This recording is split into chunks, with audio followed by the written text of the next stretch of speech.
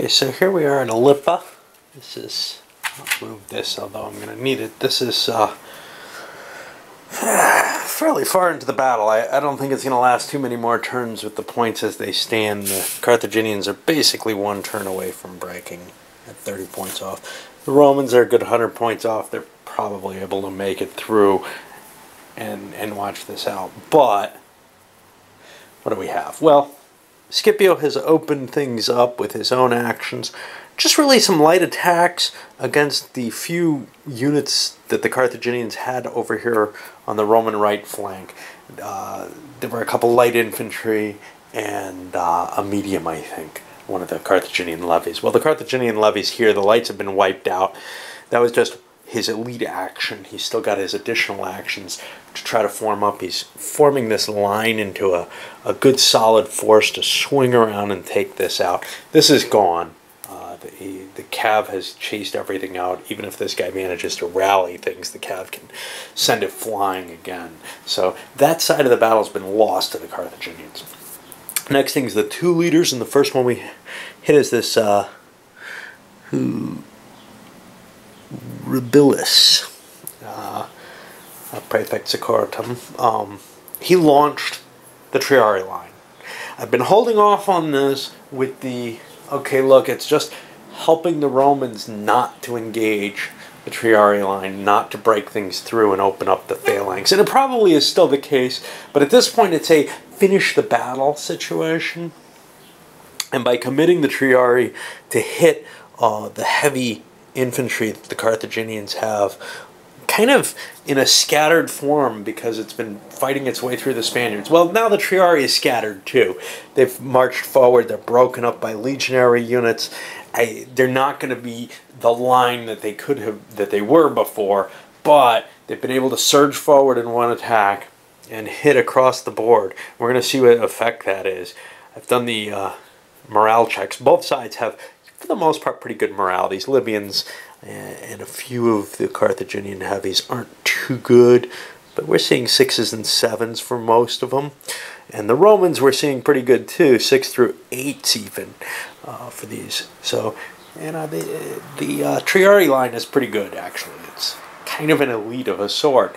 It's just not as good in combat and as well trained as the legionaries are, but very high morale quality troops. All right, well, it is going to break a hole and open things up for the phalanxes to move in.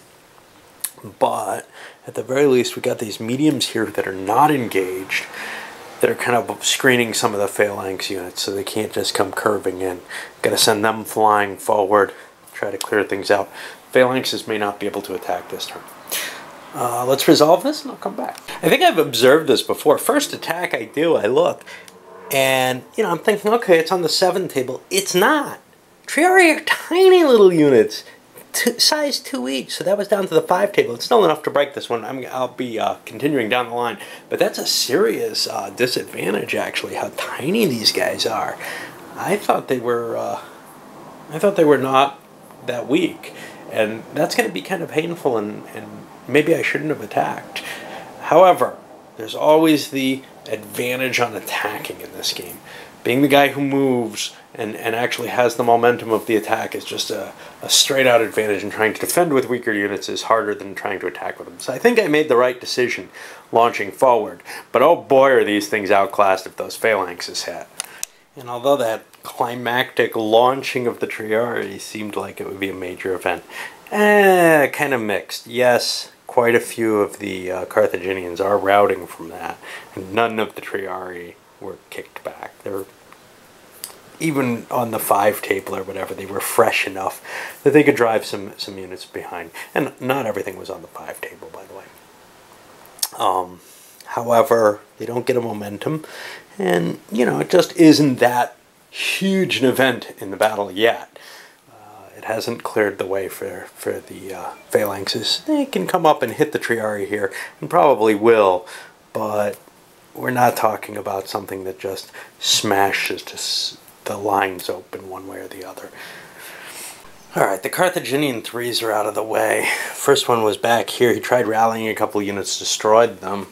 And what we see here at There's 24 points of route points for the Carthaginians. That brings them up to 229, 1 point less than they need. In some ways, if I wasn't having a really good time with the battle as it is right now, I would just say, hey, it's over, I'm calling it. But I am really having fun watching this one unfold, and I don't want to give it up quite yet, even though I know it is over. There's no way the Romans are going to take that much, although they've taken some losses too here already, another 16 points themselves, mainly off of this assault here. One of the leaders, the replacement leader, took out the double legion sitting there that just wait, not a double legion, but 2 legionary units stacked together, just waiting to be destroyed. The last of the unit that Scipio left behind, and down here also a little bit of chasing, but this Cassius has been rallying the forces and recovering them, preparing to defend or attack if this tries to do some kind of fancy outflanking onto the Spaniards or something. You know, so that no real gain can be had by the Carthaginians at this point there. Alright, well, the Romans still have a handful of 3s left that I'll be taking care of in a little bit, but I'm going to take a little break before that. The rest of the 3s are kind of a mixed bag. The Roman cav moved into position, and then the leader got a continuation, moved back to go try to bring his other guys onto the field. They're not going to be needed, but I don't like to not do things. I mean, I would quit right now if it was a matter of what's needed, what's not, right? I mean, it's obvious Carthage is going to lose another point before Rome loses the amount that they need to. What else? A little bit of action down here, just rallying his forces, positioning them better. Didn't make choices to attack this line here. Wants to present a stronger front when the phalanx is hit. They're just lights. They're going to collapse anyway, but it seems, if anything, these mediums in here are more of a hindrance to the Carthaginians than a help. So, what about the Roman cav here? These guys slammed into the flank of the Numidians and broke anyway, and just the Numidian cav is so good. And then we got the Velites, who have pivoted around, a few heading back this way, positioning themselves for a march forward. Again, not needed, but I like to capture the whole sequence of what the battle would be looking like, and especially broad moves like that I like. Alright, I think that's done with 3s, so we go on to a 4, and that'll be a Carthaginian one. Okay, and let's see, good old Bowstar here launched an elephant attack, and a couple of flank attacks with these guys. These guys turned and routed after hitting the Roman flank. The elephant was successful, but then Silanus came in. Bowstar didn't get a momentum, and was able to chase the Numidian cav off, strike the elephant, knock it out of play, and really do a lot. The only thing he couldn't do was rally this guy who's just running further and further away. He ended up getting a momentum. Mago tried to trump in. He failed, and Silanus got to keep going with what he's got. And among those things, he killed an elephant, which means it's guaranteed, although this pretty much ensured it anyhow, that Carthage at the end of this turn will have gone over their route level. They already have the points for that. And there's no way they can knock the Romans over, but I enjoy playing it out. In this particular case especially, I'm really enjoying this battle more than most maybe. Just this nice long field is really exciting, and seeing these big wide sweeping maneuvers that you don't normally see going on. Just a more impressive battle to me. Alright. Guess we got more 4s, I think. I got one back here, and then I guess we go on to Hasdrubal and the 6s. This may be the final action I do. Dionysus launched the line, the phalanxes forward. This is the one thing that hasn't been committed, and the one thing of real interest in the battle. And what else do we have? Hasdrubal maybe some of these mediums we can see what happens there. But this is the big attack and the thing that I wanted to see hit. Well, it's a powerful blow, but not a climactic one. You see they smacked the Triarii pretty well, actually, driving a few back. But here, we've got some of the Triarii holding fairly well against this. And then some of the lighter stuff's breaking up. But, you know, there's just, there's not really the time to, I don't know, exploit whatever power this is going to have. It took too long getting up there and had too much in the way before it could actually strike. Continue with a few of the remaining units. Still got Hasdrubal to do. I'll probably pass out after him, unless the Numidians really look like they can do something. Well, that's pretty much it. Hasdrubal didn't even get a momentum. Smacked in with a couple of his heavies and killed one routing Roman, but just didn't get the actions. He rallied a couple of his units. It doesn't really matter. This is the telling story here. There's enough points, right? I'm not going to finish up. The Numidians aren't going to be able to do much. 12 and 13 is 25, 29 more. Put them a little over 200.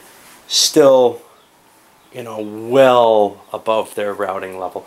But when you look at it, the casualties, you know, the quality casualties or whatever, they aren't that different. The Romans historically supposedly did a lot better than this.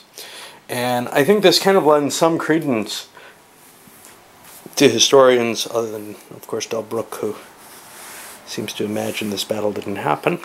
But to the historians who have believed that Scipio must have aligned his forces. You know, even with the historical setup, etc., and with a little bit of penalty for the Carthaginians, you're still not seeing anywhere near the kind of victory that maybe would have been required. Now, of course, maybe, you know, the story did get blown up tremendously in proportion or whatever. But one tends to believe that there'd be some grain of truth in it. I don't know. Certainly what we saw here doesn't feel like the kind of double envelopment that would have been required. And, you know, it is possible that an army faced with very, very different tactics that it's not used to seeing from an opponent who's been very predictable would actually just stand there and kind of be gaping. I don't know. Anyway, I'm glad I didn't do the historical. It's good to see this version. I'm sure the fully restricted to the historical limitation would have been much, much more painful for the Carthaginians. This one was bad enough, really. You know, even that weak Roman line in the center, etc., it just still didn't count when you're talking somebody like Scipio able to just dominate one side of the battlefield completely. And this side is not too much better off for the Carthaginians, really. Alright, up this one goes, and I think we're pretty much ready for God Kings coming up next.